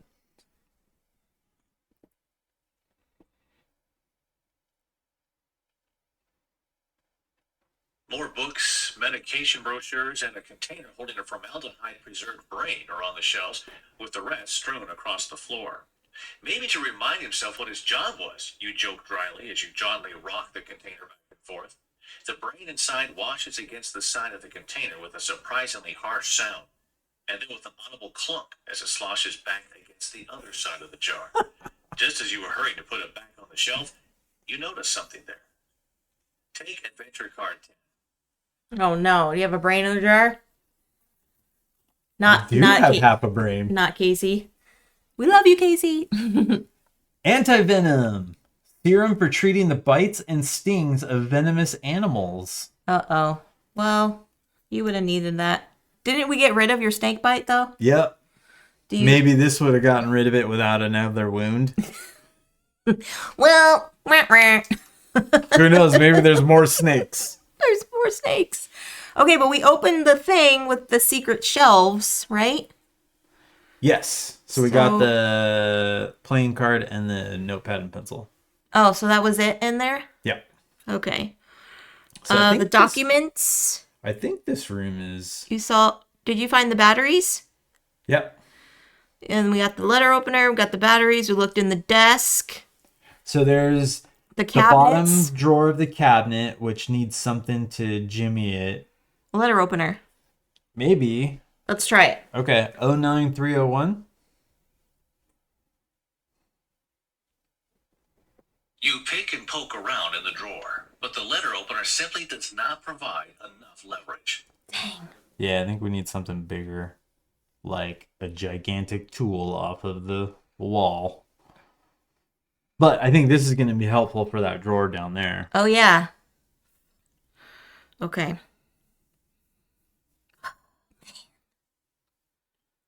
What are we thinking? All right. Well, you want to go? Do we need to go? Yes, we need to go. Okay. You going to go try the letter opener in the drawer? 503? 09503. 503. You stick the dull blade of the letter opener into the gap and apply enough pressure to force the drawer open. Nice. Inside, you find a newspaper article. Long needed end of an aggressive brain procedure. Hospitals refuse Freeman any more lobotomies, reads the subtitle. The report is about the initial enthusiasm for the supposedly healing effect of cutting connections to the brain's frontal lobe. About contra patients who, however, eventually turned out to be empty hulls of their former selves. Freeman and his followers oversaw countless experiments gone wrong. which cause permanent brain damage and even death for the unsuspecting patients. Return Adventure Card 09 to the box. Take Adventure Card 18. Man. Oh man, I was kind of hoping that we would be able to unscrew that thing. Maybe let's give him a screwdriver. No. A newspaper article. It's all over for lobotomy. Suicide? Asylum director found dead. Uh-oh. Oh. He probably faked his own death. That's probably what it is. Okay. Well, so we can't do anything with that. And what were all the find 2 batteries on the writing surface, the heap of documents, what was that on the carpet? What were the documents on the carpet? The Thomas Webb patient file. That was on the carpet? Yep. Okay. Books. The bookcase. So, I mean, we need 11 to go back into that room. Oh, yeah. Okay. So we could try it. I mean, maybe it'll open up a new location. 11407? Yeah. Go there, Simon. 407. Oops. No entry? Is that what we needed? Oh, just go to 407. Oh. And then it asks if we have 11. Oh. Okay. Pale moonlight illuminates the hallway. There are several doors to the left and right. Behind each of them is a room with beds, cabinets, and the sad personal belongings that the residents left behind. 103. Maria, Evelyn, Kate, says a hand-drawn sign. Okay, it says we have Adventure Card 11, read entry 446. 446 then. You eventually find yourself standing in front of one of the locked doors. Thomas Webb. You recall the name of the boy and stare at the large sheet of paper attached to the wood with tape. Noah, Christopher, Tom are written across the top, and under those names are the matching drawings. The figure under the name Noah is hardly more than a listlessly scrawled stick figure with the tilted eyebrows intended to make it clear to the observer that he is anything but happy. Christopher, on the other hand, obviously put more effort into it. With numerous small details, he tried to replicate the proportions of a grown man, and even managed to conjure up a friendly expression on the face. Still, the drawing looks like it was made by a child. Keep going. There's the picture of Tom. With just a few strokes of the pencil, he succeeded in bringing his essence to paper. A hard face with a pronounced chin, deeply recessed eyes, and a broad jaw. A clearly emphasized large orange-red scar, as if someone had sprayed liquid fire to the middle of his face. An indelible reminder of the horrible events that brought him to this place. His eyes look infinitely sad and exhausted, but there's also something disquieting about him. You sense that there's more behind him, almost as if it were coming through the photo. But finally you shake off the creepy feeling and enter the room. Take location card F and place it to the right of location card D. Set your character figure on location card F. Read entry F. Okay, that seems like a good place to pause. Going into Tom's room. Oh, man. Whoo! This is crazy. This is a creepy one. It is creepy. They've done a good job with that creepy factor. They have indeed. So, yes, we didn't finish chapter 1 yet, friends. I feel like we're getting much game is close. In these boxes. Like, yeah. There's 3 chapters, and we haven't done 1 yet. So there's several hours that you get to play, and just try to find those combos that make sense and unlock new things. And sometimes it's really obvious, and sometimes it's like, what do we do? What are we missing? And that's great. Yeah. So far, I feel like we've gotten to a part where they're like, oh, did we miss something? But it wasn't, we didn't lose that much time. It's like, there was my mistake where I didn't hit continue on one of the readings, you know? And so, like, I think in the past, we've had one where it was like, what is happening here? And then we, like, totally missed an entry somehow. But this one seems to flow pretty well. Yeah, if you kind of like this system, and this sounds fun of exploring and seeing the story unfold and trying to figure out how the things combine, These other ones are really good. Of all of the ones we've done so far, it's on the back of here. So the last one we did was the Grand Hotel Abaddon. Really enjoyed that one. Yeah. Oh, are you showing on the table? Hold on. Oh. Here, I'll go back. Yeah. Go ahead. So the Grand Hotel Abaddon was a lot of fun. It has a little bit of a creepy factor. There's I think it's like ghost stories. Okay. Kind of like a haunted type thing. Mm-hmm. Very cool. The dungeon I also really enjoyed. You're kind of trapped inside a medieval castle and trying to get out. The monochrome, the futuristic, what's this big company trying to do, was also this one I really liked. These two were very good. The volcanic island, I don't think we finished. Was not our favorite. No, we didn't finish it. It felt clunky. It was kind of clunky. It was too pathy. There was too many ways to go. It felt like it tried to do too much, and so I wouldn't recommend that one. But if you're feeling like, hey, this is fun and I want to try this out, any of those other three, if the theme catches you, like a haunted old hotel, trapped in a dungeon, or futuristic kind of Neo Matrix company, that what are they doing, any of those themes capture you, those are all great, and I would say check them out. And we're gonna keep plugging along on this one in future weeks. Yeah, so we'll have this be the next series for the next few weeks. See how far we'll finish it. Don't worry, friends. We'll finish it. We're very determined. I mean, even with the volcanic island, I think we tried at least 3 or 4 times, and we were playing this with a friend of ours, and remotely, I think. And even she was like, okay, I'll give it one more shot. And we're like, okay, we'll give it one more shot. And then we were just like, what happened? And it was to the point where we were actually reading through stuff, and we're like, I think we just kind of skipped ahead and we just read through the story. We just kind of just read through the story, and then we were like, wait a second, what is happening? But we didn't have that experience with any of the other games. So, but there are, maybe people have solved it. I think I read some forums that some people just kind of brute forced it and kind of broke the game rules a bit just so they can figure it out. Which I don't want to do. That's not the point of playing a game like this, right? So, so we'll go through this one, and I think there's a few more that are still in German overseas that are going to be coming to the States eventually. That'd be cool to see more come. So so this has been D&J Plays, everybody. We're gonna sign off. I'll send you over on a raid train. Let's send you over to Joe Sondow and Ambi because it's Monday. Keep the puzzles going. Yeah, they're doing a co-op Mondays there. So if you are a subscriber to the channel, friends, please feel free to use the raid emotes. Otherwise, some basic emotes are just fine.